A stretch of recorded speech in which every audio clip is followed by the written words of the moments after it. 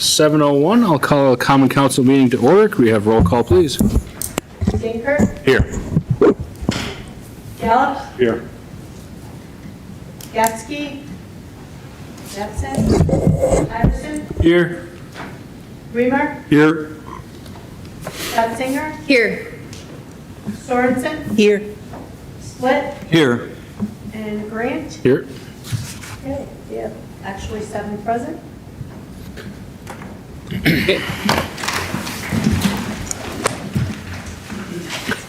I pledge allegiance to the flag of the United States of America and to the republic for which it stands, one nation, under God, indivisible, with liberty and justice for all.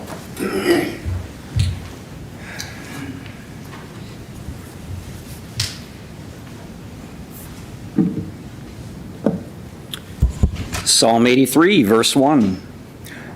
O God, do not keep silence. Do not hold your peace or be still, O God. And we pray. Almighty, gracious, and eternal God, we thank you for this opportunity to gather as your people. Send your Holy Spirit now to this place to guide all in leadership positions, all citizens, all visitors, that we may accomplish your will to care for your people and your world. We pray in the name of your Son. Amen. Amen. Thank you.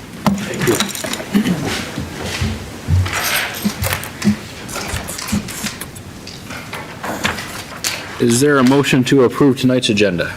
I'll make a motion to approve tonight's agenda, Mayor. I'll second. Go ahead. I have a motion by Doug, a second by David. Any discussion? Hearing none, all those in favor of approving the agenda say aye. Aye. Opposed? That is approved. And no one has signed up for public comment. So moving on to accepting informal reports from standing committees and staff. Is there a motion to approve the list as published? I'll make a motion to approve as published. I'll second. A motion by Mark, second by John. Any discussion? Doug? A couple questions on the financial report. I see on the first page, Green Lake Animal Shelter is for $10,000. I was wondering if you can elaborate on that for the general public. So the Green Lake Area Animal Shelter is the shelter that the city utilizes for stray animals, dogs and cats. So we have an annual bill that they bill us. But what happened was some transition within the Green Lake Area Animal Shelter. 25's payment was never submitted, or invoice was never submitted to the city. So it's $5,000 a year. So we paid them for 25 and 26. So we have an arrangement with them when our officers, or there's a stray, we take them there and they are our shelter. We used to have our own pound and pay like a part-time person to be a dog catcher. We have suspended that and decommissioned the shelter, and we use Green Lake Area Animal Shelter, and it has proven to be a valuable partnership for the city. Okay, I have another question on financial report. It says page 21. City of Appleton at the top for, Weights and measures. is that what, okay. And then Big Cities Furniture Outlet for $198. Rugs downstairs for EMS. Okay, and then bottom of the page, Pin Care for $35.15.65.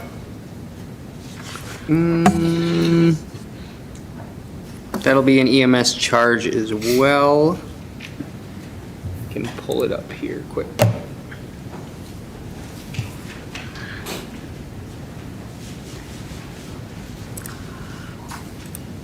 Pin Care is EMS supplies. Okay. And then I have one more on the last page at the top. Waste Spill Environmental Solutions for $1363.04.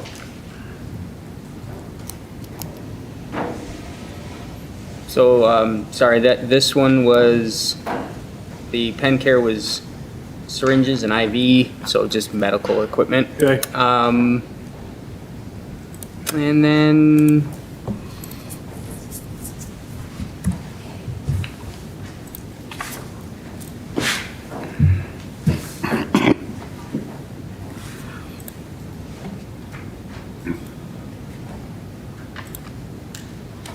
that is, I believe,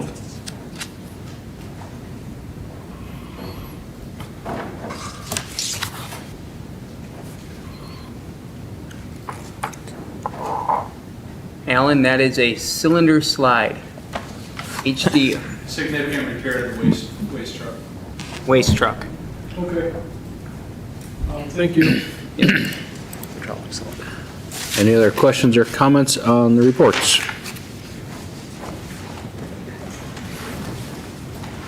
Hearing none, all those in favor of accepting informal reports from standing committee and staff, say aye. Aye. Opposed? Those are accepted. Next is the consent calendar. This consists of council minutes from February 10th and 23rd, as well as one certificate of appropriateness for 333 Watson Street. Is there a motion to approve the consent calendar as published? Make a motion to approve the consent calendar as published. I'll second. Motion by Doug, second by Steve. Any discussion on the consent calendar? Colleen? Under the new format, have we gone to where we never put who's present and instead we go by the vote? So we see who's present by the council by the vote? Is that just the new, because I know that was inquired about, I believe, and maybe it's just not possible. So on the February 23rd meeting, there's a list of attendance at the beginning that will appear. So that's the first one after the last meeting, you requested that.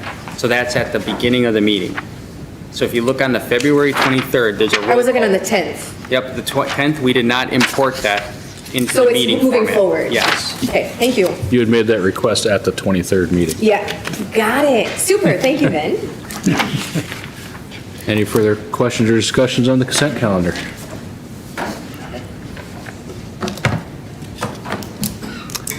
If there are none, all those in favor of approving the consent calendar as published, say aye.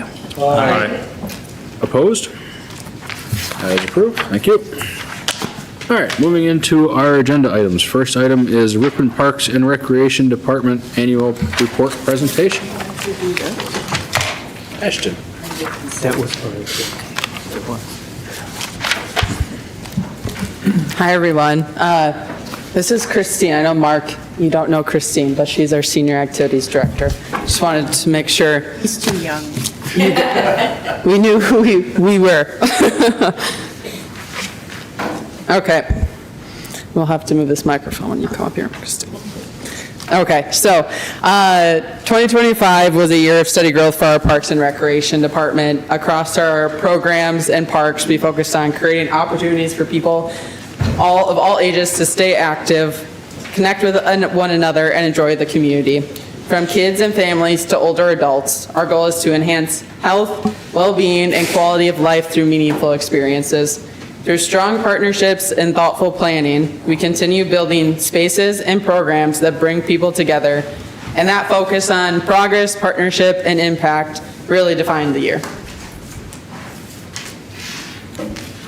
So for our 2025 park progress, in 2025, the department advanced several key infrastructure and accessibility initiatives that strengthen the long-term quality of our parks, of our park system. Our major accomplishments include the completion of the quad project, enhancing field conditions and supporting youth athletics, installation of new site furnishings at Horner Park, improving visitor comfort and functionality, official kickoff of the Selfridge Park project, initiating long-term development and planning, installation of the city's first inclusive playground, expanding accessible play opportunities for children of all abilities, and installation of our park signage project in partnership with the Ripon Area School District.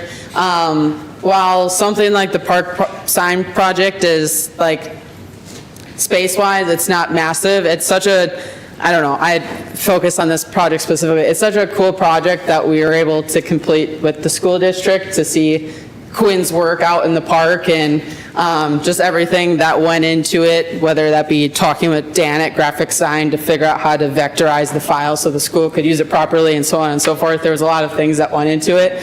And overall, it's just a really cool end project. And the landscaping's not done yet underneath them. Right now, they're dirt, but that will be done this year.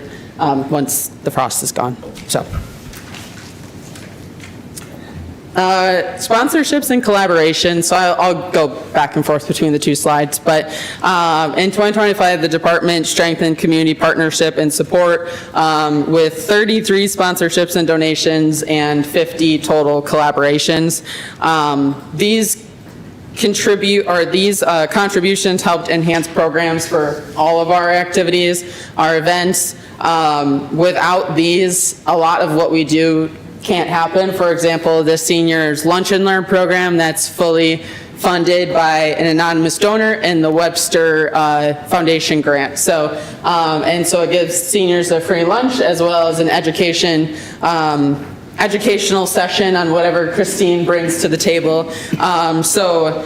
And like at the Bunny Hop, for example, there's 16 organizations or businesses that participate, and without them, the event wouldn't be possible. So, with these collaborations, we're able to enhance what we do, and obviously we're a two-person department, so with these, we're able to just do so much more than with just the two of us, so.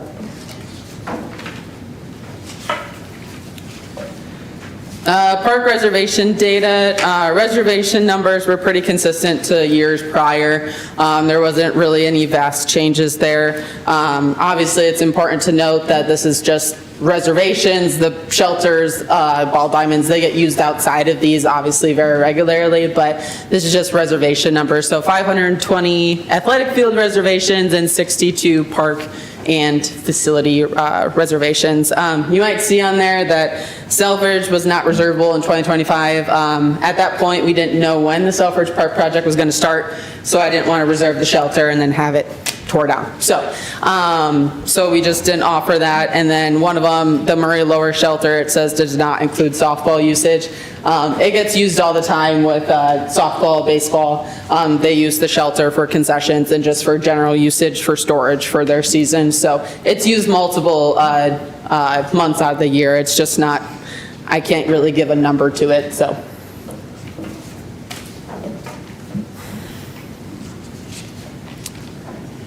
Budget insights. So this is a comparison between 2024 and 2025. So our park reservation and park donations, there's a steady increase of about 5%. The park donations, that just reflects trees donated, park benches, or money given for shelter improvements. Park expenditure, it went down close to 11%. That was because in 2024, there was a very large wood chip investment, I would say, into our parks, and our wood chips did not meet the safety standard. They were lacking heavily in wood chips, so we had to spend a good amount on wood chips to bring it to that safety standard in early 2024. So now after that, we just apply a nice top dressing every year, and we don't have to spend a great deal amount. So that's why there was a decrease of about 11%. The rest is back to typical maintenance, funds allocated towards park maintenance, routine upkeep, and just ongoing park maintenance. So, I almost skipped it. Programming revenue and programming donations. So you might see that the programming revenue, there was a decrease of 7%, but there was an increase of around 24% for programming donations. That was not a decrease in participation, but a shift. So in 2024, two of the programs I ran, I had to pay instructors for the programming, whereas in 2025, SSM sponsored one of those programs, which was yoga in the park and chair yoga. And then the other program, which was Intro to Pickleball, 5 volunteers actually led the program at the kindness of their heart for free. So I didn't charge in 2025 for those programs as they were donation ran. So there was a decrease in the revenue, but an increase in donations due to SSM's donation, as well as an increase in donors for senior activities specifically too. So yeah. That's it for budget insights. Okay, year in review for programming. So when it comes to youth, adult, and large-scale community offerings, while the number of programs slightly decreased, the number of participants increased by 11%.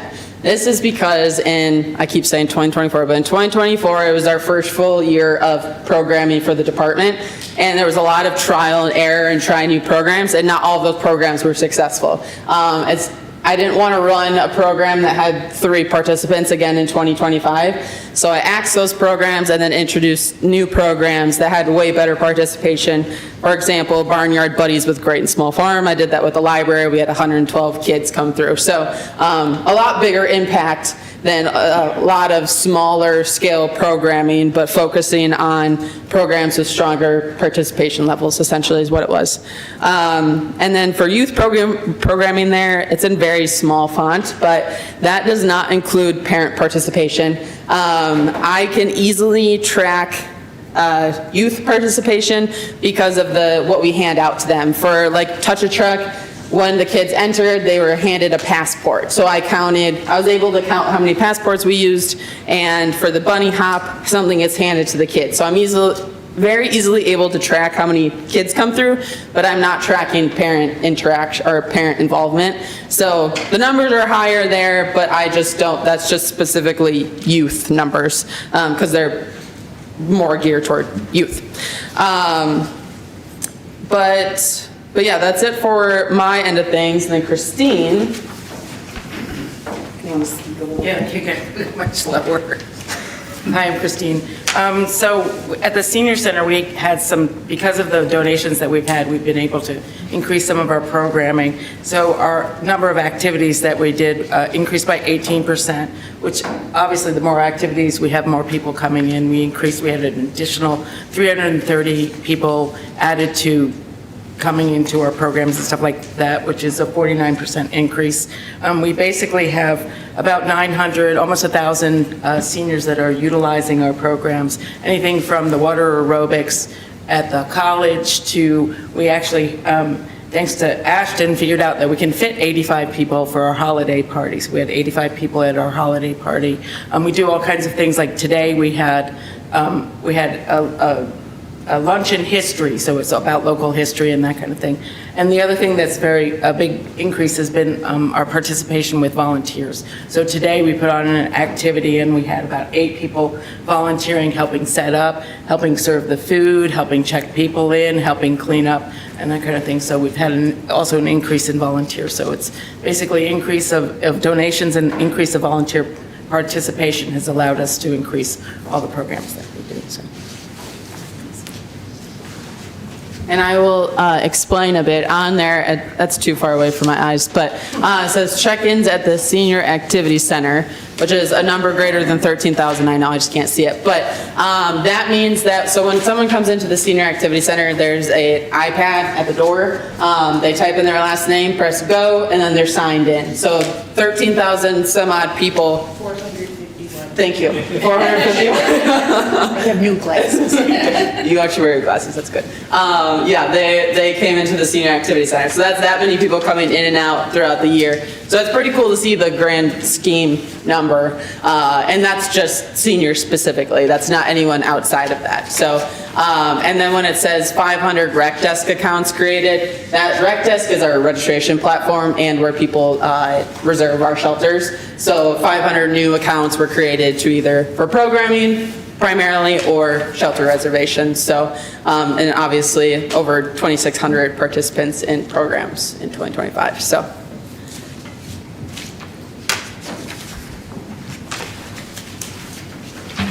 Okay. Our focus areas for 2026, program development. This is developing programs for underserved age groups. An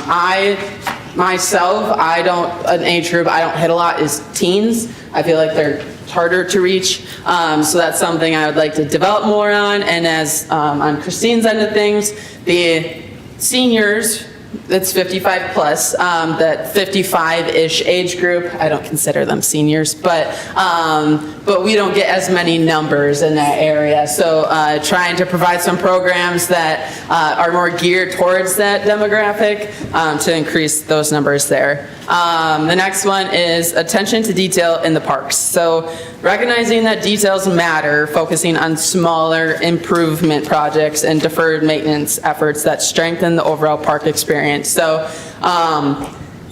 little things matter in the grand scheme of the parks. For example, DPW, the guys, they just took down the old holy wood that was on the tennis nets up at Murray Park, and they replaced it with freshly painted wood for tennis players to hit against if they're playing by themselves. So little things like that, replacing just worn materials or the slide at Soresco Park that's getting replaced soon. Stuff like that that is small deferred maintenance but makes a big difference in just the whole park appearance in itself. Alan and our park lead and I sat down at the beginning of the year to just discuss what in 2026 we want to hit that's not regular maintenance that we typically do throughout the parks.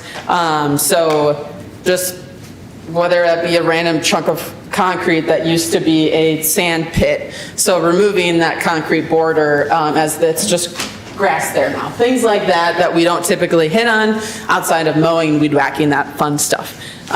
So those small impacts make a big difference in just the overall appearance of the parks for our community. Marketing, last year Adam wanted us to strengthen our marketing across departments, and while we started to do that, just broadening it more to get more participants into our programming, so people know what we're doing in our department, just overall strengthening that, and then building partnerships that strengthen. So obviously, as I said earlier, sponsorships and collaborations are a huge part of what we do, and it helps us grow in facility enhancements, programs, or events. So just growing that more throughout the year to then further improve all around. Okay. Well, those are the measurable outcomes for 2025. I also want to take a moment to reflect more broadly on the role Parks and Recreation plays in our community and on the progress that has taken place over the past 3 years. 3 years ago, the city established its first full-time Parks and Recreation Director position. Since then, we've been working to build a department that strengthens our park system, expands recreational opportunities, and supports the many ways residents use these spaces every day. In that time, we've worked to move from simply maintaining our parks to thoughtfully planning for their future. That has meant building partnerships, identifying community needs, improving accessibility, and investing in projects that make our parks more welcoming and usable for everyone. It's been a process of laying a strong foundation for what Parks and Recreation can become in Ripon. As I look back on this past year, and really the past several years, I'm incredibly proud of the role our department continues to play in our community. Parks are often thought of as a green space or playgrounds, but they are so much more than that. They are gathering places, they are memory-making spaces, they are where community happens. Throughout this year, our parks hosted small weddings, bridal showers, first birthday parties, baby showers, and celebrations of life. Families chose our facilities and green spaces for some of their most meaningful moments. They're also where parents and grandparents sit in lawn chairs at the ball diamonds cheering as their child hits their first baseball. A moment that feels huge to that family and becomes a memory they cherish for years. That speaks to the trust and value our community places in these spaces. Beyond organized events, parks quietly serve individuals every single day. There was a Ripon College student who regularly visited Murray Park and sat on the swing behind the Senior Activity Center overlooking the park when she was having a difficult day.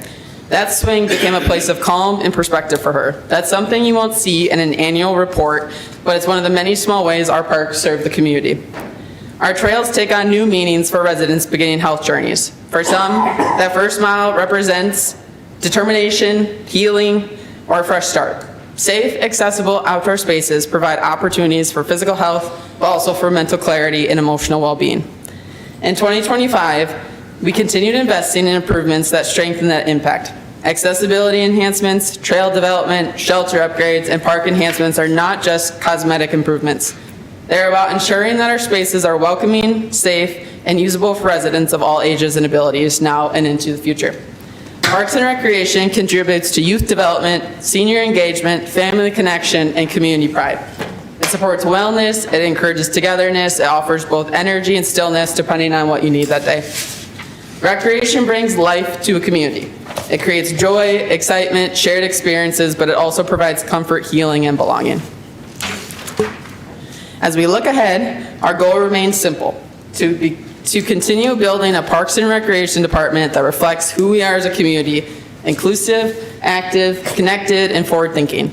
The progress made the last 3 years reflects not just projects completed or programs implemented, but people served, and I'm grateful to continue this work alongside you. That's it. I would like to thank both of you for all of your work, and as we attract and try to house new residents of Ripon, this is a very vital amenity. People, I'm nothing against Chief Wellner, but people sometimes don't interact with the police. But we have good schools and we have this amenity is absolutely fabulous. And when I remember I'm a senior, I do participate in things. I tend to forget, but it's fabulous. Thank you so much. Thanks.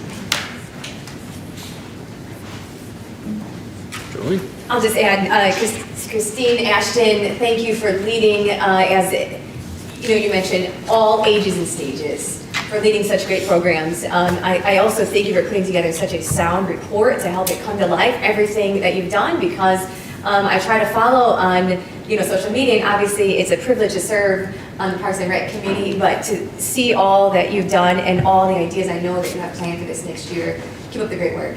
Thanks. Thank you. Thanks. Thanks, Josh. Appreciate you coming. All right. Moving on to our next item, which is the Ripon Police Department Therapy K-9 Program. We have a couple from the police department here, if you have any questions. Otherwise, you have in your packet the staff report, as well as the program policy sheet. Ellen.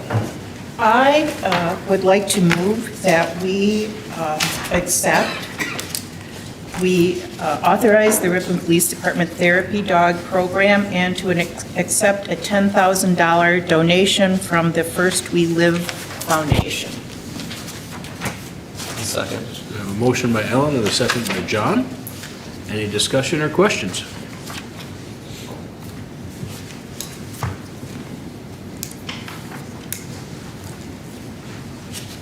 Steve. What kind of dog are they getting for this? Is it a little dog or is it a horse? Well, yeah. A golden doodle is a big Oh, okay. 35 to 40 pounds. Okay. Almost.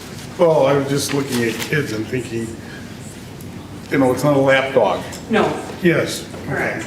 All right, that was my question. Thank you. Yeah, so where you can stay. First of all, as someone who has worked in the school district, who continues to work in the school district, I cannot wait to see how this program will have such a positive impact in the school students, as well as in the community in your work. And so I commend you for bringing this forward to our community. And talking to people in the community, they're also grateful to be able to have this. You and I talked. I did see, no one has contacted me negatively. To be clear, none of my constituents, but I do follow social media, and a comment I did see was to the question that Steve had just brought up, what type of a dog? And I think, because people will probably be watching, I think it's worth noting that you had discussed that you were looking at a reputable kennel. There is a reason why you presented last time, but just to state again, the place that you are looking at getting the dog from, the owner, I believe, already has these therapy dogs in Hilbert School District, correct? Correct. So I guess just stating again, and to the people that could be watching, there is research being done as to why you are going with this type of breed as well as this, maybe specifically this kennel, correct? Absolutely, yeah. And so the kennel on Golden Pond has a dog currently in the Hillbert School District. And in talking about a golden doodle, right, I think it's important to note that the kennel knows the bloodlines. They know. You need to. I'm sorry. The kennel knows the bloodlines and the temperaments and the health lines. I have been in constant conversation with the kennel about taking notes on each dog and letting me know their temperaments, you know, and so like I think it's really important that they've been really receptive to that communication. As far as doodles, when we talk about golden doodles, they have intelligence, obedience, loving qualities that make really good dogs, and also the importance of the hypoallergenic. You know, they don't shed as much as other breeds and are really friendly to people that might have allergies towards dogs. And to that point, I know people have said, well, it's not truly hypoallergenic, but the point is when they state that, it is more hypoallergenic than other breeds, correct? Correct, yes. And then I will just add by saying, again, I'm also really grateful to the First We Live Foundation. This is also a foundation that is near and dear to my heart, and I want to publicly thank them for stepping up in this meaningful way. And for people that are saying, well, how can a puppy necessarily, it's going to take some time to get training. Again, this is where the First We Live Foundation is stepping up so that taxpayer money is not being put into this initial stages. Correct. Doug? Yeah, I have a question. I think it was in here, but when we talked about it, but I'm sorry, I can't find it. What was the total cost of the outright purchase of the dog going to be? It is, oh gosh, I don't have my notes with me. About, I think it had $1,800 on there. To purchase the dog? Correct. And the 10,000 was to help purchase and then care for the dog for the first year, or? Correct, for the first year for costs like kennels at the school, at the police department, the FLSA, the vet, food, things like that. Okay, but those aren't all going to be reoccurring. I mean, the food obviously will, the vet care, but the kennels and stuff will probably not be reoccurring. Correct, most reoccurring, sorry. One second. Oh, the most, you have that up there. Yeah. Okay, thank you. 1,100. I put $2,000, but I know. Okay. So that's the first year, and then if you scroll down. Sorry, Adam. I got it. So reoccurring costs, right, are going to be that ongoing training, which is very minimal. The therapy dog certification is a one-time cost. So really it's going to be the FLSA, the food, the vet care, and the grooming. So ultimately, after year 1 and 2, it's about $3,800. Okay, we're looking for donations probably to cover that. Correct. Okay. All right, thank you. Thank you. Jolene? I do also like that it says here that each year annually, the chief of police, a therapy canine handler, which would I guess be you, right? Super. And a representative from the Ripon Area School District will meet annually to evaluate the program effectiveness, funding, operation needs, etc. And then also, perhaps it's assumed in this because this is the police are funded under the city council. This is also something that we would be reviewing annually as well. The city council, in that's part of our normal, when we review the departments in general too, right? I mean, I guess what I'm saying is, under the program evaluation, well, the city council is also a part of that, correct? I think the police department does an annual report. You can certainly add a layer to the annual report that talks about this program. I think simply that would be how we would manage it, but you know, in terms of if there's a need for additional dollars, that would come to the council, but beyond that, it would just be that annual report for the department. Right, and I assume that would be part of it. Correct. Super. Yeah. Remember the council dictates budget. Right. Then I would dictate operational policies. So it would be incorporated, we'll probably add a section because we're expanding our canine programs with this. We'd probably be expanding our yearly report to you, but because remember, this is going to be a donated function, you're probably not going to have oversight on any of that because we're not asking you for money for this program, right? So, Well, theoretically, it'll be donated moving forward, but as of right now, we don't know about future years. So we would be putting money towards it, correct? well, Theoretically, we don't I'm know. anticipating that we'll be able to fund it I hope so too. from, yep, and that's what we've done with the other canine program, is that there hasn't been, much city tax dollars used to fund that. That's primarily used for a donation-based program. So I anticipate that this is going to be the same type of program. Good. Okay. Any further questions? Are we getting the dog soon, or is it the next litter, or? Well, I can tell you that if it would be approved, there is a dog that would be ready to go on April 10th.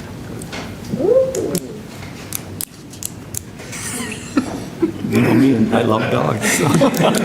Any further questions or discussion? Can you do a meet and greet with the council? Yeah, I just wanted to point out in the policy here, the training and certification, because you will also be working with the canine. It's a pair. You'll be working together. That the canine certification and training and your certifications and training go hand in hand. And I really like that ongoing, staying on top of kind of the current understanding and what we're finding out as research shows, and we understand the best way to utilize these tools or where, they may not be as strong. But I really like that in the policy as well. Thank you. Anyone else?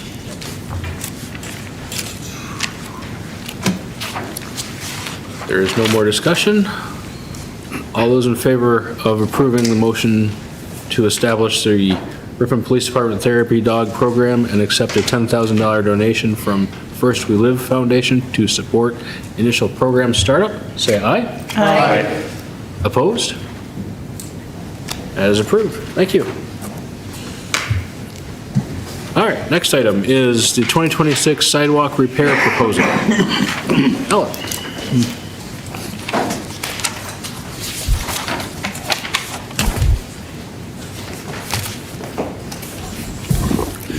Good evening. As you know, every year we work on improving the sidewalks. We methodically work through the community. This year, $50,000 was budgeted for that. I've reached out again to Safe Step LLC to provide a proposal. I have reached out to other companies to gauge interest. I can tell you, contacted and left messages, emails with 3 other companies, and I did not get a return response. So I am asking the council to approve Safe Step's proposal based on their inch-foot rate and with a recognition that in the area that we are focusing on, that we will keep the work performed to max out at $50,000. What I do with Safe Step is I establish a artificial $40,000 cap, so then I can evaluate where we stand as far as how much work will be grinding of sidewalk versus how much will be remove and replace, so that it gives me a cushion to work with, knowing that I have to yet bid out the remove and replace. So that's the purpose of that. Plus, invariably, what will happen is during the course since last year through the time that we actually start performing the work, I will receive complaints about trip hazards elsewhere in the community, and occasionally we have owners calling asking to be included in the program that are outside of the area of focus. So I think I had 3 of those last year. One of them was they may as well just replaced 100% of their sidewalk, and it was about 90% of it. And when I called him and told him what the bill was going to be, he told me, I know it was going to be that big. He goes, it needs to be done. So this is something that I think the community is starting to understand and embrace, so. I'm pretty sure we've covered this in previous years, but is there a cost to the homeowner to have this safe step done? This is a 50/50 cost share. 50% is the home property owner's responsibility, 50% is the general fund's responsibility. Okay, but this is a lot cheaper than regular sidewalk replacement. The saw cutting is much less expensive than remove and replace. Okay, thank you. I move that we approve the proposal from Safe Step LLC with a cost not to exceed $50,000. I'll second that. A motion by Ellen, second by Doug. Jolene? I like that we've identified as a city the different priority areas, so that we have a plan, and so that our city will be covered. I think it's almost like a 50-year plan, isn't it? But I haven't sat down to figure it out, but but we have a plan and we're moving forward. So, but for those that call in, I have a feeling that people don't realize they can call in, per se, but is it still the same 50/50? Or if you're in the priority area and you're not in the priority, I mean, is it always just 50/50? Do we have to, is it okay to go out and tell our constituents, hey, if you have an issue, call in, or is that going to cause an issue with kind of the areas that you've prioritized? my fear would be is that if we project this to the entire community to call in if you want your sidewalk done, that we would have a hard time keeping it within the budget. So while I won't deny if anybody calls it in, I don't want to be put in a position of saying, we'll take care of you, but not you. Yeah. It would have to be almost as a first come, first served basis, and then only if there are monies available. So. I think I would recommend to the community to look at the area that we're focusing on, and if you're maybe adjacent to those areas where, as the crew is working and already there and doing work, then we can schedule or we can evaluate whether it's cost effective and time effective to be able to go and service that community member that has made a request to the department.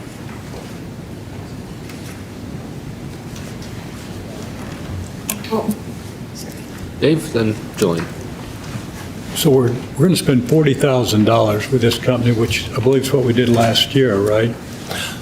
Yeah, and actually, last year, the remove and replacement came in much higher than what we spent with Safe Step. Safe Step, I think, came in at less than $20,000, but because of the amount of remove and replace, we still ended up at $50,000, give or take. There was some work that we added from the parks that I took out of the parks budget. There was some others that were 100% funded by the property owner because it was work associated with sewer lateral replacements, things like that. And then even in the area of focus, I look at what has been identified for remove and replacement or even other things to determine whether or not any of it is due to neglect or abuses the property owner may have been placed on it. For example, I did come across some where I can tell that a truck drove across it because the tracks were still there. Right.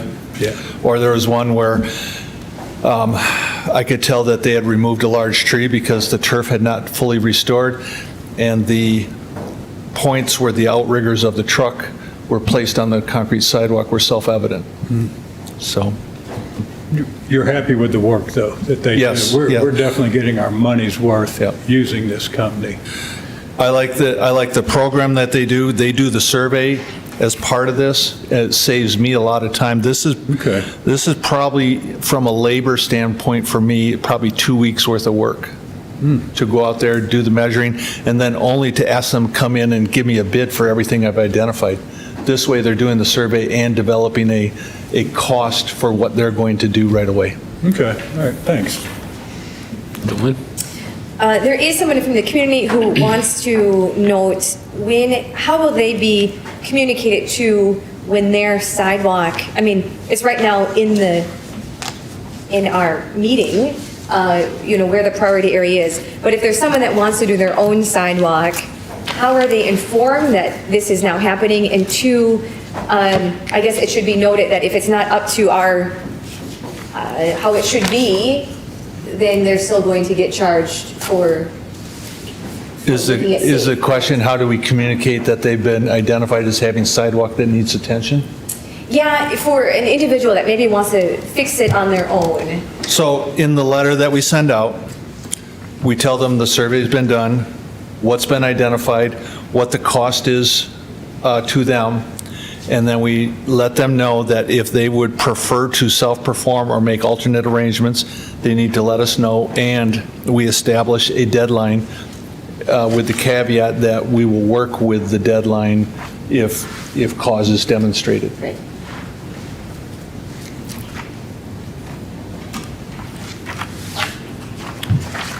Any more questions or comments?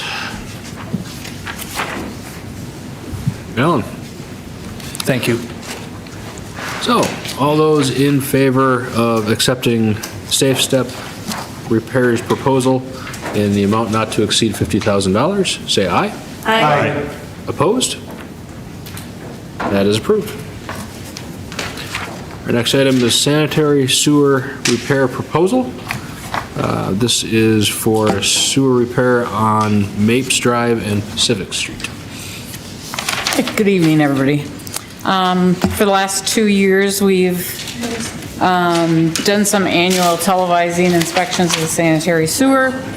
We've identified several locations where we have heavy I&I, it's inflow and infiltration, coming into the sanitary sewer. So I went ahead and got some proposals from Aqualus and Speedy Clean, two companies that we use often and are very qualified to do these repairs. They gave me proposals, however, a little different.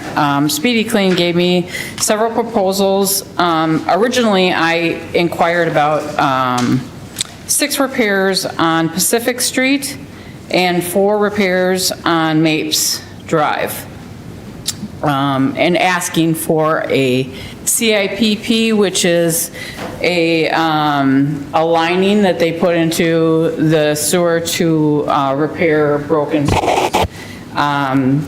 Aqualus came back and gave me a much lower cost to grout the Mapes Drive. And I inquired a little further on that to see if that would be an adequate repair, which it is. So we decided to get a few more quotes to get even more repairs done. The final totals for Speedy Clean was $41,790 to do the repairs on Pacific Street and 4 repairs on Mapes. And with the added repairs from Aqualus, it comes to $25,650. So there were 6, 7, 8, 9, I should have counted them before, 9 repairs on Mapes and 6 repairs on Pacific Street. So again, that totals $25,000, $25,650. So I'm asking for a approval for Aqualus to do the repairs on Mapes and Pacific Street. I move we award the sanitary sewer repair work to Aqualus in the amount of $25,650 based upon their grouting recommendation and cost savings. I'd like to note that this is about $19,000 under budget. I'll second. Thank you for that, Matt. I have a motion by Ellen, second by Mark. Ellen? I'd also like to note for the people at home that what we're doing, we do annually to address infrastructure issues. Infrastructure works beyond roads. It is our sewer system, it is our water system, it is our sidewalks. So this is an annual occurrence, and want to thank our DPW and water folks for doing such a good job. John? Could you just quickly tell me how the groundwater gets into the sanitary sewer? Well, there's groundwater, obviously, that is around the sewer. So if the sewer is tight and there's no cracks or no leaky joints, it won't leak in. But when there are cracks, and typically these are mostly areas right where the joints are. So when the sewer is connected and they're put together, through the years, it kind of moves. And they separate a little bit, and that's where it leaks in. So we grout them or can do the lining in order to stop that from happening. Now, down on Pacific Street, we actually have cracks. And so that's where the lining comes in, because that stabilizes the sewer. So when there's cracks and broken pieces out, the lining will keep that all together. And so that'll last till we maybe get ready to take that whole sewer out. But that will buy us some time. That'll buy us some time, so. Katie, are most of these sewer lines cast iron? No, these are clay. Mostly clay? Yeah, now, we have a variety of different kinds of sewer, PVC and clay and. But clay is delicate. Yeah, and clay is very old and it's broken. And so specifically down on Pacific Street, and some of these leaks are pretty big. So I did kind of make a note before I came and I was like, Mape Street, there's one leak that's 8 to 10 gallons a minute. It's pouring in, and that equates to about 4 million gallons a year. And that's going in, this is clean water going into the wastewater plant. Which that is we have just to treat. it's extra volume that the wastewater plant has to treat. And then on Pacific Street, this is going into a lift station. So the lift station's filling up, especially when it's raining, and then we have guys that have to go out there and take care of that. So. It's like a whole garden hose. Do you recall the warranty for Oculus? I know Speedy Queen mentions 5 years. Yep. And truth be told, you can get it done almost twice with the other one for the same cost. It's 1 year for the grouting and 5 years for the lining. But even though they only warranty it for 1 year, it should last 20 to 30 years. Okay. Any further discussion? All right. Hearing none. All those in favor of awarding the contract to Oculus in the amount of $25,650, say aye. Aye. Opposed? That is approved. Next up is sanitary sewer jetting televising proposals. Good evening again. And I have the same two companies again. I went to them for proposals for our annual jetting and cleaning.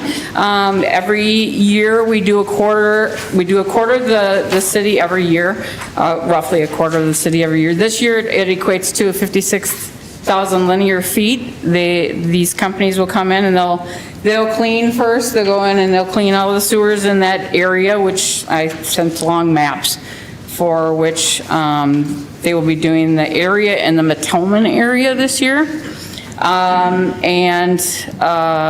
So we requested the televising and cleaning for 56,000 feet, and also I asked them to give me a quote on doing extra inspections of the manholes down Matoman Street, because there's possibly going to be some work down Matoman in some years to come. So they came back with proposals for Speedy Clean was $47,320 versus Oculus for $44,800. Again, they're equally qualified companies, and they will do basically the same job for those amounts of money, so. It seems like we're kind of bouncing back and forth year to year. They do.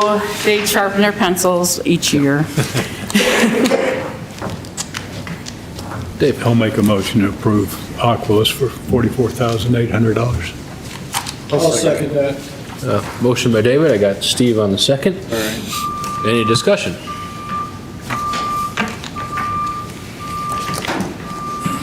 Hearing none, all those in favor of awarding this contract to Aqualist in the amount of $44,800, say aye. Aye. Opposed? That is approved. Thank you, Katie. All right, next up is the 2026 roadway improvement bids and notice of award. Adam? So in your packet, there is a notice of award and a summary of the bids received for the 2026 roadway improvement projects. So you have my staff report there. These projects go back to when the city adopted the motor vehicle registration fee or the wheel tax. We dedicated those funds as dollars to do roadway maintenance and infrastructure improvements. So we went through the process, identified the capital improvement plan, authorized those projects to be bid out, which for 2026 would be Tabert Street and Hall Street. So Tabert from Washington to Eureka, and then Hall from Stanton to Douglas. So these were the priority projects. These are not full reconstructs. The city is still doing another project, Houston Street with East Seward will be fully reconstructed. That project is being designed out and will be bid and likely here in April with an LRIP grant. So this is in addition to that reconstruct, more of a mill and overlay funded for what the wheel tax was intended for, right? Mill and overlay projects, adding projects that weren't on the normal reconstruction or road reconstruction capital plan. So we publicly bid these two projects and have two bidders, with the low bid being from Kartekner Brothers for $193,672.47. Generally speaking, we had hoped to, we bid out both in hopes to get one done based on the collected revenue from the wheel tax at the end of 2025 and collecting it through 2026. So we're getting to a full year. We anticipate over $150,000 to $160,000 in the fund. We have a TIF district within the range of TID 12 of the Hall Street project. So it's staff recommends that we move forward with both projects. We leverage the wheel tax dollars to do more projects with other funds and invest the full $193,000 into both of these projects and move forward with Kartekner Brothers to complete Hall and Tabert. So, I mean, I have a question. So that's Tabert from Eureka all the way to Washington? The full section. All the way down, that's like, how many? It's the full section. I would have to look how many feet it is. That's way more than I believed that we were going to be able to do. Is that in how many, and the other part, what was that?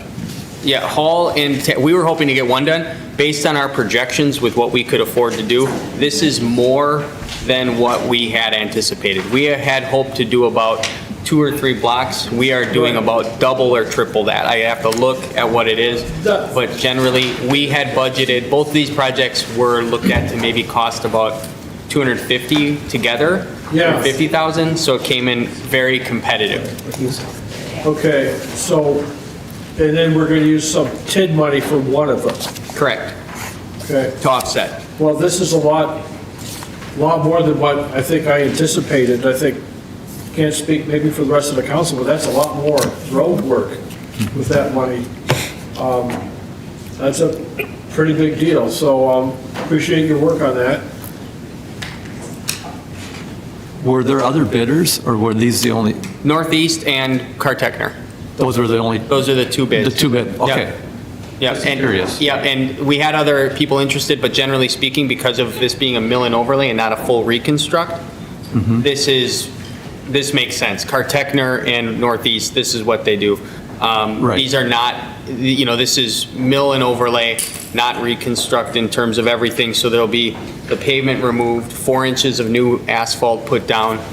We'll communicate out to the property owners around these projects when they plan on being here. We could have this done very quickly compared to a full reconstruct, which can take, the whole summer, so. If there's like cracked curbs or crooked curbs or anything like that, that's not getting fixed, correct? No, but we generally analyzed these areas and looked at them and reviewed. Hall Street doesn't have curb and gutter. And Tabard had adequate or nice curb and gutter. It was not beat up, didn't look, in terms of other projects that would require that, that was not a requirement for the project. Okay, thank you. I'll make a motion that we approve the low bid from Cartechner Brothers LLC in the amount of $193,672.47 for the 2026 roadway improvements project and authorize the execution of the notice of award for the contract. I'll second. Motion by Mark, second by David. Further discussion? Mark?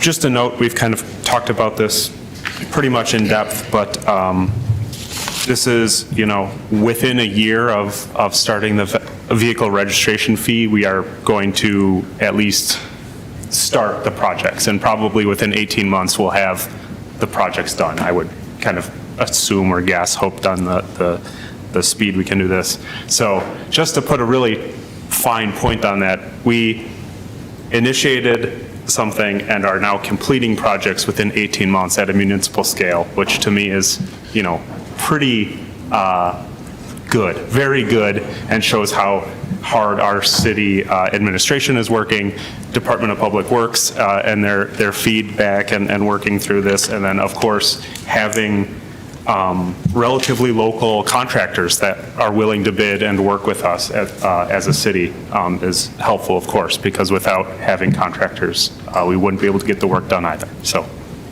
Thank you, that's helpful. And the other piece of this is the more roads we pave and work on, we get a greater return from state government with regard to that work. So then we will be able to leverage more money in next year's budget because we're doing more roadway. That's something I've been telling a lot of people, that this wheel tax registration fee is going to allow us down the road to get more money for transportation, road repair for Madison than if we didn't have this. And so I don't know what that amount's going to be, but surely it's going to keep us up with inflation anyway, whereas we would be losing without it. David? I hope we're going to put up some nice signs saying your wheel tax dollars at work. I'm going to build some of those. That's a good idea. It is. It's a very good idea. If you want us to put up signs. No, I don't think you do. But to that point, maybe there could be something on social media with our communications director. Or in the This is, of course, a hot topic. You want to? And we are putting to work what we said we would. And we're showing we're doing it. So just to be clear, like the general transportation aid, to Ellen's point, our 2023 numbers, our average 6-year spend was about 3.1 million, and average 3-year spend was 3.8 million. Moved to 2025, our average 6-year spend was just shy of 4.1 million. So our 6-year average increased by $1 million over a 2-year period, and the 3-year average went to 5.2 million. So about a $1.3 million increase in spend on infrastructure. To the point of Ellen making, this will add to that and continue to have that average remain high. And the calculation then for general transportation aid essentially rewards you for spending more in transportation. So we continue to do these projects. We continue to see dollars come in from a state level and addressing a critical need within the community. Any further discussion?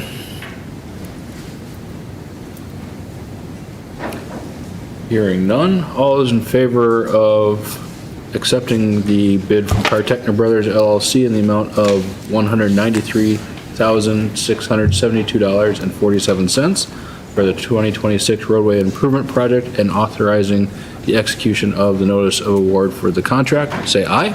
Aye. Opposed? That is approved. Thank you. All right. The last agenda item then is a resolution authorizing the issuance and sale of up to $566,962 for water system revenue bonds for Series 2026. Adam. So in your packet, it's a resolution. This is the Safe Drinking Water Loan Program Fund that is funding a portion of eligible expenses in the Hamburg Henny project. So this is the water infrastructure costs, which total about $755,950 of that project will be financed. As you can see, that this is only for $566,962 because $188,988 is considered principal forgiveness for the program, so a grant.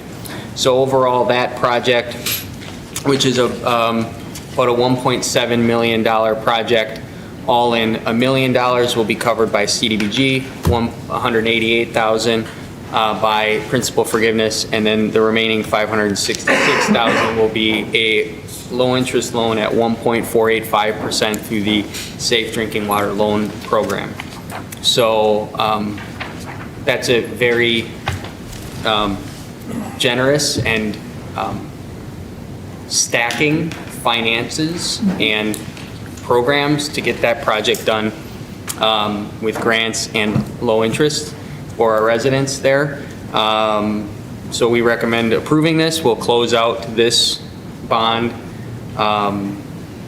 in about 2 weeks. So post this meeting, we have a ton of paperwork to do, and this is just authorizing the sale of those bonds. So the entirety of these bonds are being sold to the Safe Drinking Water Fund? It's just going to the one place? Okay. Yep. Thank you. It's a federal program for the DNR. We applied for it. And the principal forgiveness side, this is the first time our community has benefited in this way, meaning getting principal forgiveness.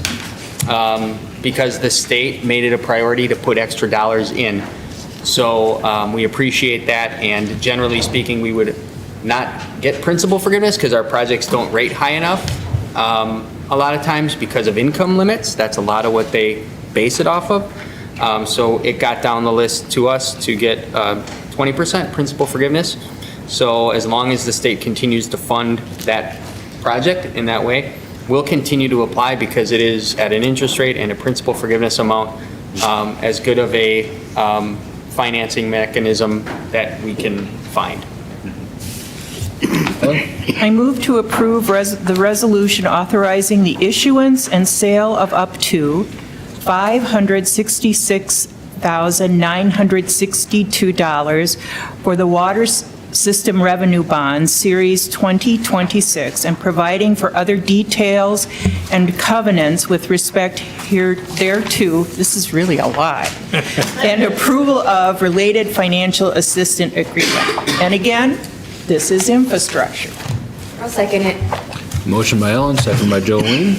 Any discussion?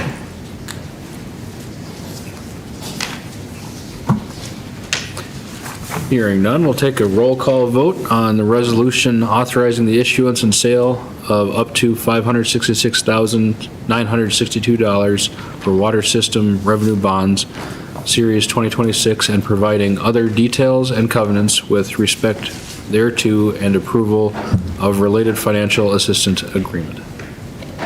Diane? Baker? Yes. Gallows? Yes. Iverson? Yes. Reamer? Yes. Schatzsinger? Yes. Sorensen? Yes. Split? Yes. Carried 7. Thank you.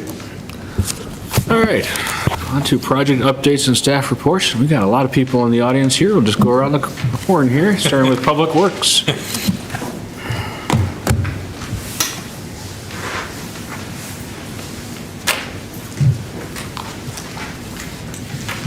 I think about the only update I have is that I have contacted our general contractor, let him know that the buildings that are slated for demolition, which are 4 of them, are ready for his work or his subcontractor's work starting at the end of the month. So that should kick off the start of Phase 2 then. So I would anticipate somebody will be starting early in the month of April. John? Alan, we had brief conversation once on the exterior of your office building, if that could be saved at all.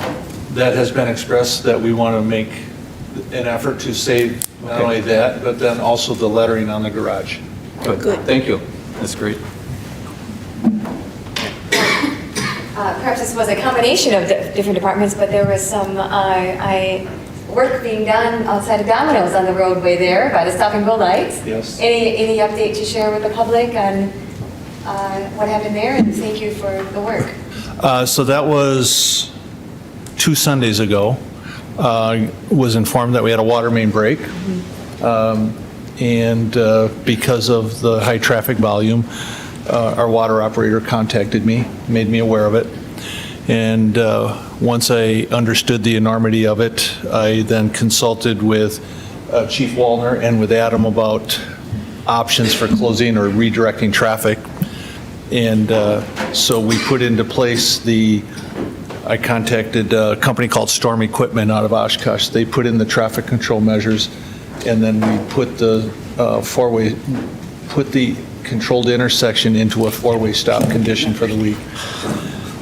Once we identified how quickly the water main could be repaired, the fact that there was no frost in the ground, I then talked to my guys about putting together a quick game plan to do a concrete patch, and with a mix designed to achieve full strength within 3 days. And so we were able to then open up the road on Friday morning. So it shows I guess, the collaboration between different divisions, departments, and other contractors. Sure does. Thank you. Thanks to your team and others. I will relay that to everyone. Thank you. Good on. Any for Parks and Rec and/or Senior Center?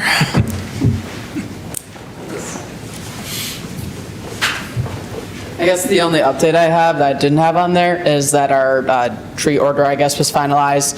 And with the help of Alan, I now know how to order terrace trees. I got to order that for the first time. I learned about power line heights, all of that. So he was very helpful in that. But and then we're going to be planning Earth Day community planting on the 22nd of April with those trees that we ordered. So that's the only thing I had to update.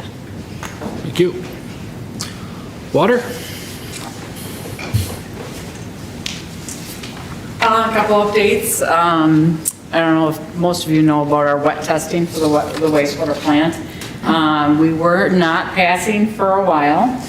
We have now since passed 6 or 7 in a row. We're into quarterlies now. We have to do 2 quarterlies, and we're done with our compliance issue for wet testing. So that's good. We're fully staffed. As of this week, we hired another water operator, so wastewater and water are both fully staffed. And so I think that's it. I don't think I have anything else. Thank you. I forgot to ask when we were talking about it, but there was someone last year that when we did the jetting and cleaning, there was some backup in their bathroom, and we recommend people close their toilet seats where it's going to be done, right? Yeah. Will it be listed on our Facebook page? Yeah, it usually is. We give them a few bits of advice, but yeah, it can happen. It can splash back a little bit, and just close the toilet seats. Thanks again. PD. Usually I don't talk, but since everybody else did. And I just want to, as long as we're talking about collaboration, I want to thank Ashton for pointing out tonight that I've officially reached the age of a senior. So, just want to mention we're hiring, so taking applications for patrol officers. So if you know anybody out there that's looking, we certainly would encourage them to apply. Chief. Diane? No, but I did include early absentee voting. That's going to be happening, dates and times. Just prepping for the election coming up. Adam. So you have my report, just a couple highlights there. We're continuing to work through the Houston Street project, designing that out. We also were contacted by the state to do another SMFA, or State Municipal Financial Agreement, for a project slated for State Highway 44, so we'll bring that forward soon here. So after not receiving any attention from the state for 30 years, we are now going to have our third or fourth SMFA to approve to do a project in the next 5 to 7 years.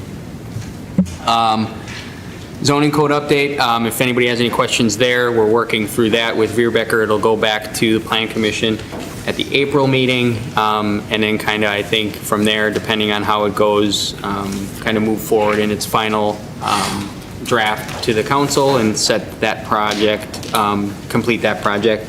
So if anybody has any questions about any of the changes that may have been proposed, certainly reach out to me. And then well 10, we continue to work with Donahue, and we're setting a kickoff meeting, so we'll get that rolling here in the coming weeks. We'll have some emergency management training coming up here as all departments with Fond du Lac County, so we appreciate Fond du Lac County for coming over, and then we'll do a tabletop, and that is all I have. Happy to answer any questions. Questions for Adam? Thank you, Adam. My only comment tonight is just in regards to the upcoming election, April 7th. This is for all local offices that are up for re-election, as well as county and, it's just local and county? Supreme Court. And Supreme Court. Thank you. Like I said, April 7th, and early voting, as Diane mentioned, the information's on our website. And if you are not registered to vote, come visit Diane and she'll get you registered. Or there are ways to do that online as well. Mr. Mayor, may I follow up on that? Absolutely. On Wednesday, March 18th, which I think is next Wednesday, there will be a League of Women Voters voter forum for mayoral candidates, and then following that will be all candidates for city council. So everyone is invited to attend. We take questions from the audience, so if you're interested and you have a specific question for anyone running for office, please attend. Otherwise, it'll be on the Ripon YouTube channel. Thank you. Is that here? Here. Here in these chambers. Thank you. Yeah. What was the time again? 7. All right, John. Could we please remind the people of Ripon on when the due date is for dog licensing? Is it March 15th or the 31st? I believe it's the end of March, and then they get assessed a penalty. Right, okay. I was thinking it was the 15th, but okay, good. I got to do If my... it's not, I'll verify that with you, for you, but if it's not, I will. Okay, thank you. Put something out. Dog and cat. Yes, and cat. Any other comments or future agenda items for council? It's 31st. I just want to wish everyone a safe and happy St. Patrick's Day. A reminder, please do not drink and drive, and we do have a taxi service in the city, as well as other resources if you need a ride. And a congratulations to the Ripon Area School District for hiring a new principal. Anyone else? Would anyone like to make a motion to adjourn? We'll make a motion to adjourn, Mayor. Second. A motion by Doug, second by Mark. All those in favor of adjournment, say aye. Aye. Opposed? We're adjourned at 8:19. Thank you.